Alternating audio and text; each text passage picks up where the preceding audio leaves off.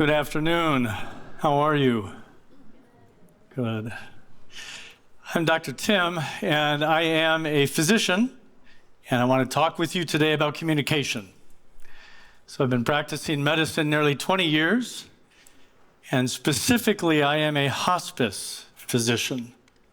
That means I take care of people who are facing the end of life, the last hours, days, weeks, and months.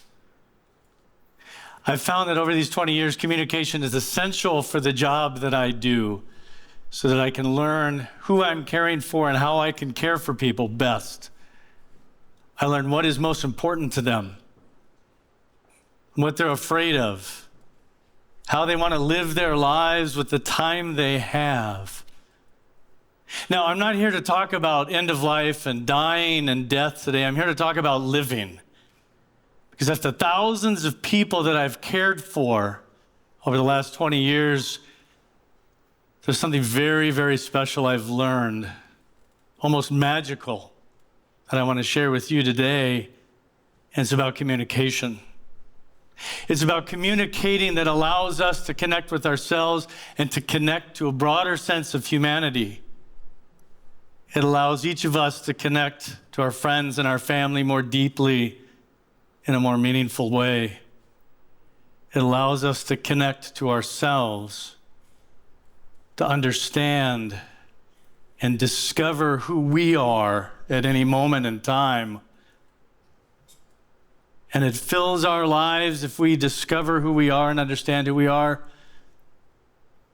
with inspiration, with wisdom, with passion. What is this surprise? What is this secret? It's 4 questions. It's 4 questions that I've asked every patient I've had since I donned a long white coat 20 years ago. 4 questions I've asked every patient that help me understand who they are and help them overcome paralytic fear so that they can live and love and learn and grow with every breath that they have for the time that they have left.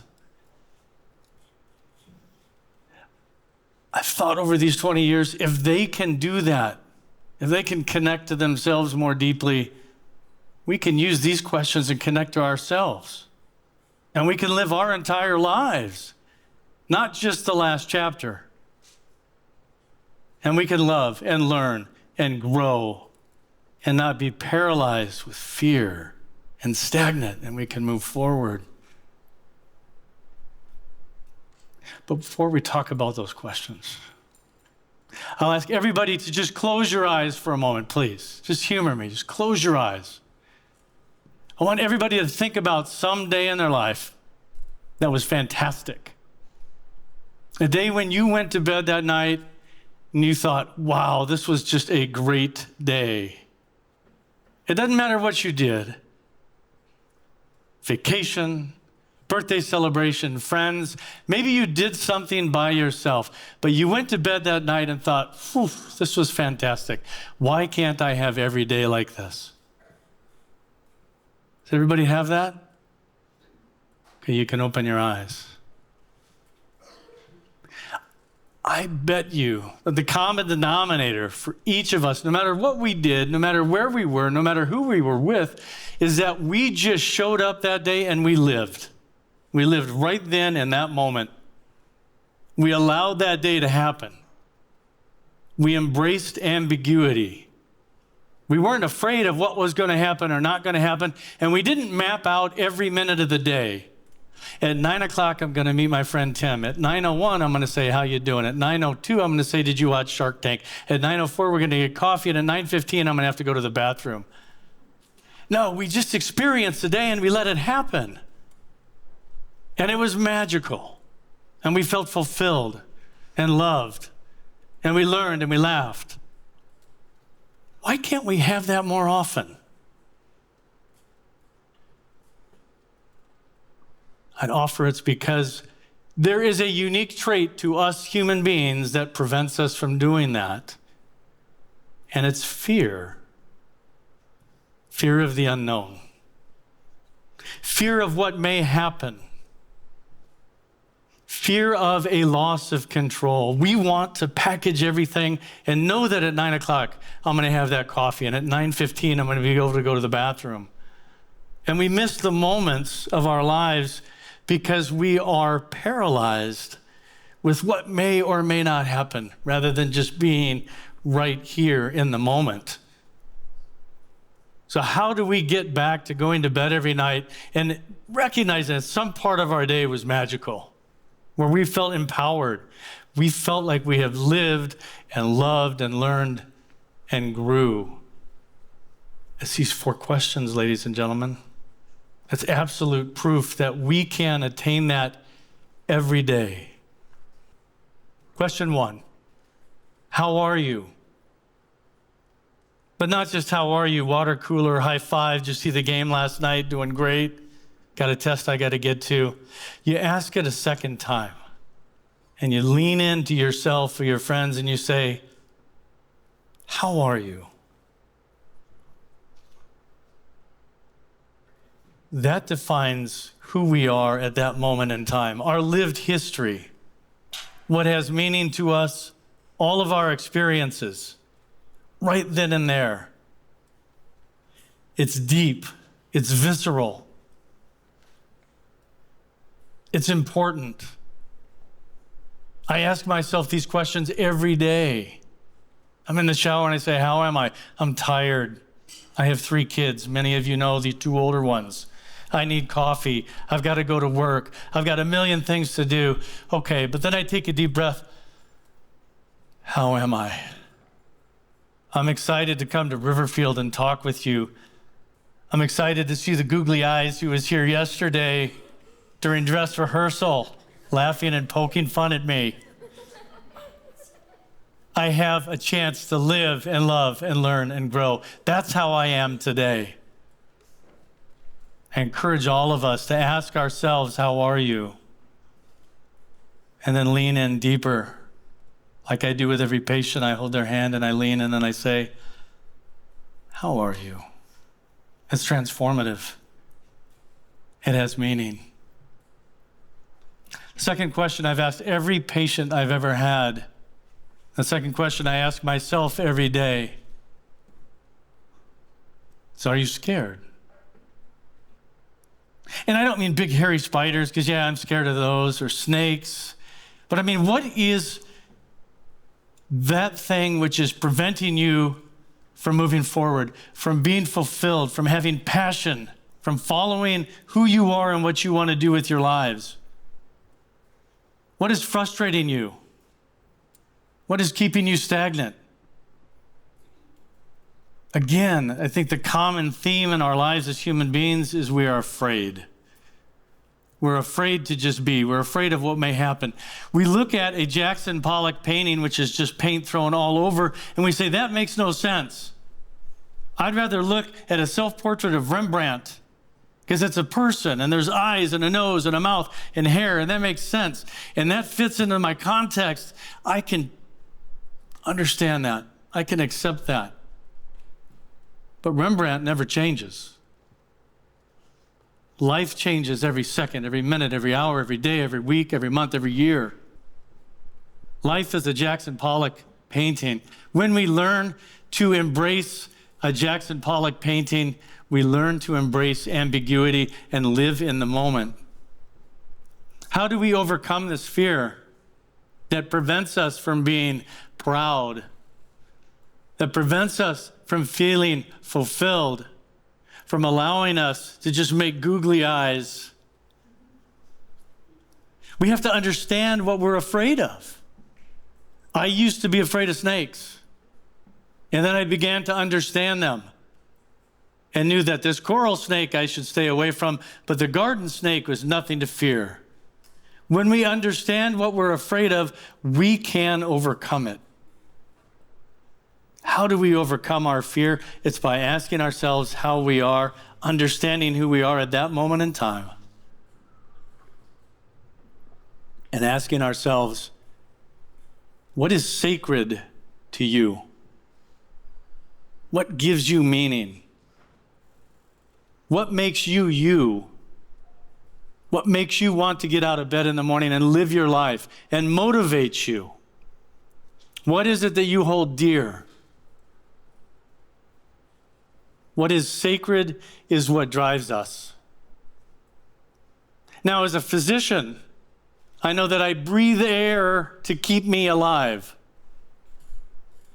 But what is sacred is why I live. I encourage each of you to find your sacredness and think about that every day. What is the motivation today? For me, it's my family, my wife, 3 children. It's caring for others, helping them overcome paralytic fear, because people die 1,000 times before they draw their last breath. People die every day of their lives and lose the opportunity to live because they're afraid and they don't focus on what's sacred to them. How are you? How are you? Are you scared? What is sacred to you? And the 4th question that I've asked every patient I've ever had is, what is your little voice saying? Right? Everybody's got a little voice. It's a guide. It's the truth. It's an absolute truth that motivates us, that tells us what direction to do. Should I pick on my little sister? Yes or no? That little voice tells us what's right, tells us what's wrong. Unfortunately, and to all you younger people out there, we don't often know that we've got a little voice. You said yesterday your voice tells you that you're proud and you're strong. And you hear that voice, and you need to listen to that voice every day. But there's so much noise in our world. It drowns that little voice out. There's other people, there's entities, there's media telling us who to be and what to do. We often don't hear that voice, and after a time, we don't know it exists. So when it does speak to us, we don't trust it. In Greek mythology, sailors heard the sirens carol. Sirens, these mythical mermaid-like creatures who sang a song which they were so attracted to, they drove their boats to the islands, and it destroyed their lives. They followed someone else's voice, and it led to destruction. It led to them not following who they are or hearing their voices. And a little secret, that little voice is not just your little voice. It's the voice of your brothers and sisters and moms and dads and grandpas and grandmas, everybody who's come before you, everybody who loves you, cherishes you, wants you to be good, wants you to do well and succeed. It's generations of living and loving and learning and growing, speaking to us every minute of the day if we're just brave enough to open our ears and listen and hear what it's saying. What is your little voice telling you? It's our guide. It is our truth. Embrace it. Now, I said today is not going to be about death and dying, but I want to share one story about one patient that I had early in my career, 2 decades ago. Her name is Lucille, and she was 105 years old. And I met her in the emergency department. And I met Lucille with 5 generations of her family, her kids, her grandkids, her great-grandkids, her great-great-grandkids, great-great-great, I lost count of the greats. Was that like 6 or 7 greats? All right.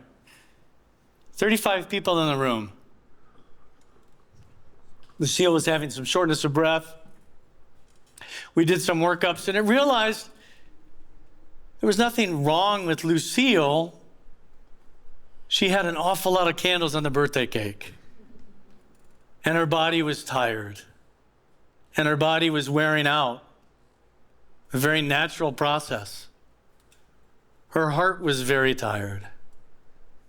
At 105 years, her heart had beat 4 billion times. I sat down with Lucille 35 people in the room, and I said, Lucille, how are you? Oh, I'm fine. And I leaned in and I held her hand and I said, how are you? She looked at me. She said, I'm dying. And there was silence. And I said, are you scared? Oh, heavens no. I've lived every moment of my life. I'm not scared. I'm embracing this time as much as I have done the 105 years before. Lucille, what is sacred to you? You have to ask? Just look around. It's her family, friends, her loves, her experiences, living in that moment. What's your little voice saying? I want to go home. I want to spend my time in a place that has meaning to me, surrounded by people who I care for and love. I had the tremendous opportunity to have a few minutes alone with Lucille. And she held my hand, and I said, Lucille, I have a question to ask you. You've been alive for a really, really long time. Outside of your family, what's the most amazing thing that you've seen in a century and 5 years? She squeezed my hand a little tighter, and she looked over there, beyond the room, to a different time, a different place.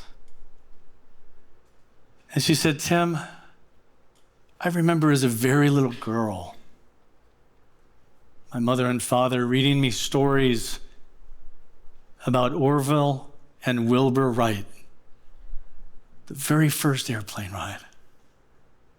And Tim, I remember running around my yard as a little girl, pretending to be an airplane, flying through space and time.